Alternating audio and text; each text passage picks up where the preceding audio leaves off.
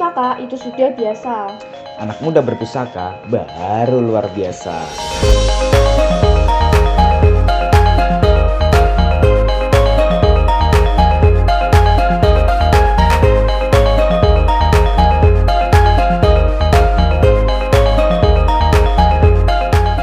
Assalamualaikum warahmatullahi wabarakatuh. Kembali lagi di channel Indonesia Perpustakaan. Di episode kali ini kita masih membahas keris. Dari koleksinya apa Pak? Mulai dari warangannya dulu Pak, bisa dijelaskan. Oke deh. Oke, ini kita bahas masih keris lagi ya. Karena memang kebanyakan keris ya, keris yang Bapak punya. Memang walaupun juga ada juga yang pedang, tombak itu juga pusaka. Tapi memang untuk yang pusaka yang dengan kasta tertinggi itu memang keris gitu, karena diagem dibawa gitu ya. Oke, kalau dari warangka keris ini ya, ini model gayaman Yogyakarta. Model gayaman ini biasa digunakan untuk acara-acara informal ya. Kalau acara-acara formal mereka akan di Jogja itu akan menggunakan model beranggah yang di depannya ini ada angkupnya, terus ini ada daunannya panjang ya, yang sudah teman-teman kakak sama adik tahu ya. Oke, kemudian dari bahannya ini, pelokannya ini dari kayu timoho ya, timoho pelet. Nah, timoho ini memang menjadi favorit untuk para insan perkerisan yang ada di Yogyakarta karena memang ada pelet-pelet alamiah. Ya, Seperti kayak loreng-loreng macan ya. kayak loreng-loreng ini, belang-belang begini ya. Nah, kalau kayu timoho itu yang paling bagus, yang paling diminati itu namanya daerah timoho yang dari daerah Wonosari. Wonosari itu di Kabupaten Gunung Kidul, wilayah daerah istimewa Yogyakarta dulu. Oke, ini paletnya alami, jadi tidak dibikin ya, tidak dibikin oleh manusia, tetapi memang benar-benar asli dari kayunya. Kemudian pendoknya ini model kayak gini, pendok selorok. Nah, ini bahannya, ini tatahan, tengahnya tatahan wudulan namanya. Tatahan ini tekniknya ini sangat bagus. Kalau tatahan yang di Jogja itu sangat bagus. Ini ditatah dari depan dan dari belakang, sehingga karakternya itu, bentuknya, detailnya itu akan sangat bagus. Nah, ini yang bahannya dari tembaga ini, tembaga. Kemudian kalau ngelihat dari deder, ini dedernya bukan gaya Jogja, tetapi ini gaya Madura, ukiran Madura.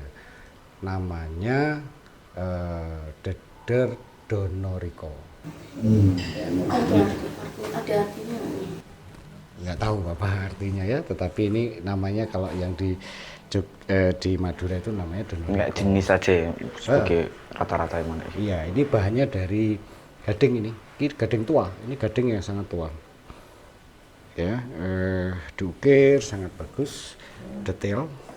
Ya, kemudian cincinnya ini, mendaknya ini dari perak, ada matanya ini dari intan, dari batu intan kecil-kecil gitu ya. Mungkin sedikit pertanyaan soal warangkanya tadi. Kan ini kalau yang warangka jenis kayak gini dibuat untuk acara informal ya. Informal tuh yang mungkin seperti apa kalau mungkin? Kalau informal acara sehari-hari. Kalau misalkan zaman dahulu itu kan orang kemana-mana bawa keris ya. Oh, berarti bukan bisa dibilang bukan suatu acara ya Kak? Bukan upacara-upacara. Oh, Jadi iya. kalau misalkan ada upacara pisowanan, perayaan-perayaan di keraton, terus acara pernikahan, ya pokoknya acara yang resmi itu biasanya menggunakan beranggah kalau Jogja. Kalau di Solo yang namanya ladrang itu. Tapi kalau yang ini di sehari-hari. Kenapa kalau sehari-hari menggunakan model gayaman? Itu karena praktis. Iya, Ya, tidak besar ya. Nggak besar gitu. Kalau yang model beranggah atau ladrang itu kan ini ada angkupnya begini besar, terus ini juga ada daunannya yang panjang ini, bikin repot gitu kan. Menunjukkan status nggak sih biasanya? Enggak, kalau warangka? kalau itu menunjukkan fungsi aja. Kalau dilihat Pangeran Diponegoro, gambar-gambar Pangeran Diponegoro itu kan yang beredar itu ya. Di buku-buku sejarah itu kan beliau ini menggunakan sorban, ya kan, gamis begitu, dan beliau menggunakannya di depan begini. Kalau dia pakai yang berangga gitu, ya nyantol lah di sini kan. Nah kalau ini kan nggak nyantol, ini lebih praktis. Jadi masalah kepraktisan itu untuk memimpin perang dan sebagainya, tidak untuk upacara-upacara resmi ya. Kan sambil masuk ke keris bilahnya nih. Oke. Namanya apa nih keris? Kita lihat ya. Oke. Kalau dilihat dari ricikannya, ini ricikan salah satu ricikan yang paling sederhana untuk dapur keris. Dapur keris ini gandiknya polos, ya. Ada tikal alis, ada pijetan. Sudah itu aja ya. Jadi ada gandiknya polos, ada tikal alis, sama ada pijetan di sini. Ini dapurnya tilam upih. Gak ada grinding nih? Nggak ada grinding. Ini bukan tingil, ini kan memang agak metongol gini kan. Ini bukan tingil, tapi ini karena aus ya, karena ini sepuh ini. Ini keris sepuh ya. Terus dengan pamor apa nih? pamornya. Kalau pamornya ini jelas udan mas. Nah. Ini udan mas.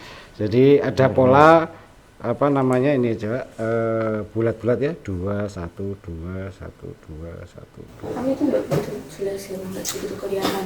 Ya ini karena memang model pewarangannya kurang apa namanya, terlalu tua ya, terlalu tua sehingga seakan-akan apa namanya, pamornya tidak muncul ya.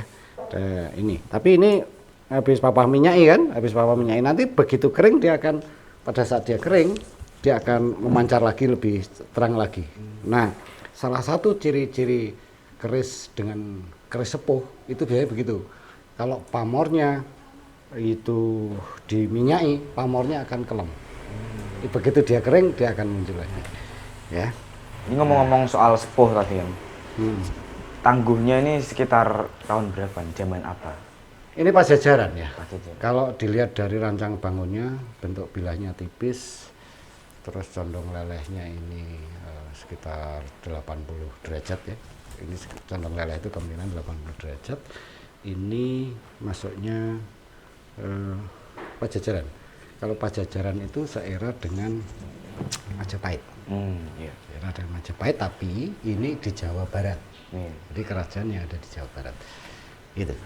Terus kalau papa pernah membahas masalah keris udan mas, pamor udan mas, itu ada pamor udan mas yang sebelumnya itu kan dibuatnya pada metode panas, pada saat bilahnya itu masih panas dan merah menyala begitu kan. Nah kalau yang model ini yang dibuat pada saat bilahnya sudah dingin. Sudah dingin sehingga lebih teratur bentuknya. Kalau yang apa namanya, Pajajaran yang sebelumnya tadi itu yang pernah kita bahas itu kan pamornya lebih penuh, lebih ekspresif sih, ya kan, lebih nggak teratur begitu karena membuatnya pada saat bilahnya itu panas. Jadi gampang bentuk-bentuknya. Kan meleleh. Karena pamor-pamornya panas itu kena drip gitu kan juga akan meleleh-meleleh. Nah ini lebih teratur karena memang dia sudah dingin. Gitu ya, karena panas tertentu kan tetap dia lembek gitu kan untuk logam-logamnya. Ya ini yang mudah. Kalau mungkin boleh sedikit cerita dulu, Papa dapat keris ini tuh awalnya gimana? Dari temen apa mungkin beli dari siapa? Iya, ini Papa dapat dikasih sama Om Heri. Om Hari. Om Hari. Om Hari Gondrong itu. Iya. Pernah jadi bintang tamu kita itu. Iya betul, itu kan yang kerisnya ada 300-an lebih itu. Terus belum lagi yang temuan-temuan. Nah, itu masih banyak yang belum sempat dirawat beliau gitu kan. Nah ini beliau ini kebetulan juragannya keris udan mas gitu. Beliau itu sangat-sangat menyukai udan mas dan dia ngejar terus gitu begitu ada udan. Beliau itu punya lebih dari 17, Papa pernah ngitung. Nah ini alhamdulillah teman baik ya, akhirnya Papa minta satu ini dikasih sama Om Heri ya, Om Hari. Ini dan ini sangat bagus ya. Ya di tempat beliau itu bagus banyak sekali itu yang dan mas yang pola-polanya, pola-pola yang apa namanya 3 berjejer-jejer gini, bulat-bulat 3 berjejer, 3 berjejer itu juga ada. Jadi macam-macam. Ada yang pola udan mas tapi pamornya justru yang bolong 21 itu bukan pamor tapi malah hitamnya. Ada juga gitu model-model macam-macam. Jadi model udan mas itu sebenarnya polanya juga Banyak dan macam-macam. unik.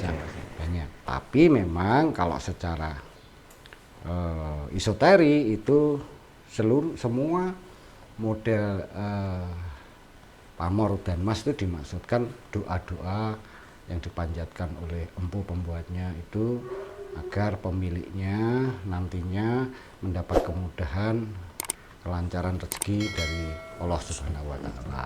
Begitu ya. Tapi itu hanya doa-doa aja. Kalau kita mau kaya ya tetap harus bekerja, betul nggak? Kerja, tapi itu adalah bantuan doa lah, didoakan oleh empu-empu zaman dulu gitu kan. Ya doa kan penting ya. Kita aja juga tidak cuma berusaha. Orang yang hanya mengandalkan usaha tanpa berdoa itu kan orang yang sombong. Padahal semuanya rezeki itu dari Tuhan. Tapi orang yang hanya berdoa tanpa mau bekerja keras ya, itu orang yang malas. Nggak mau kerja, hanya berdoa meminta saja, itu kan orang malas. Iya kan? Betul nggak? Nah, mestinya kita kakak sama adik ini sebagai generasi muda ya harus seimbang, kerja keras juga berdoa meminta kepada Tuhan agar diberi kemudahan, kelancaran rezeki dan sebagainya. Nah kalau orang tidak mau pengen kaya, tidak mau berdoa dan tidak mau berusaha, itu kayaknya orang gila itu ya. Pengen kaya nggak mau berdoa juga nggak mau bekerja. Nah jadi kita orang normal ini kan andalkan doa dan memang usaha yang keras. Insya Allah nanti Tuhan akan memberi kemudahan. Sekira itu ya. Cukup ya. Demikian pembahasan untuk episode kali ini. Keris Tilam UP Pamor Udan Mas Tangguh Pajajaran. Jangan lupa like, komen, dan subscribe. Orang tua berpusaka itu sudah biasa. Tapi anak muda berpusaka baru luar biasa. Terima kasih. Wassalamualaikum warahmatullahi wabarakatuh.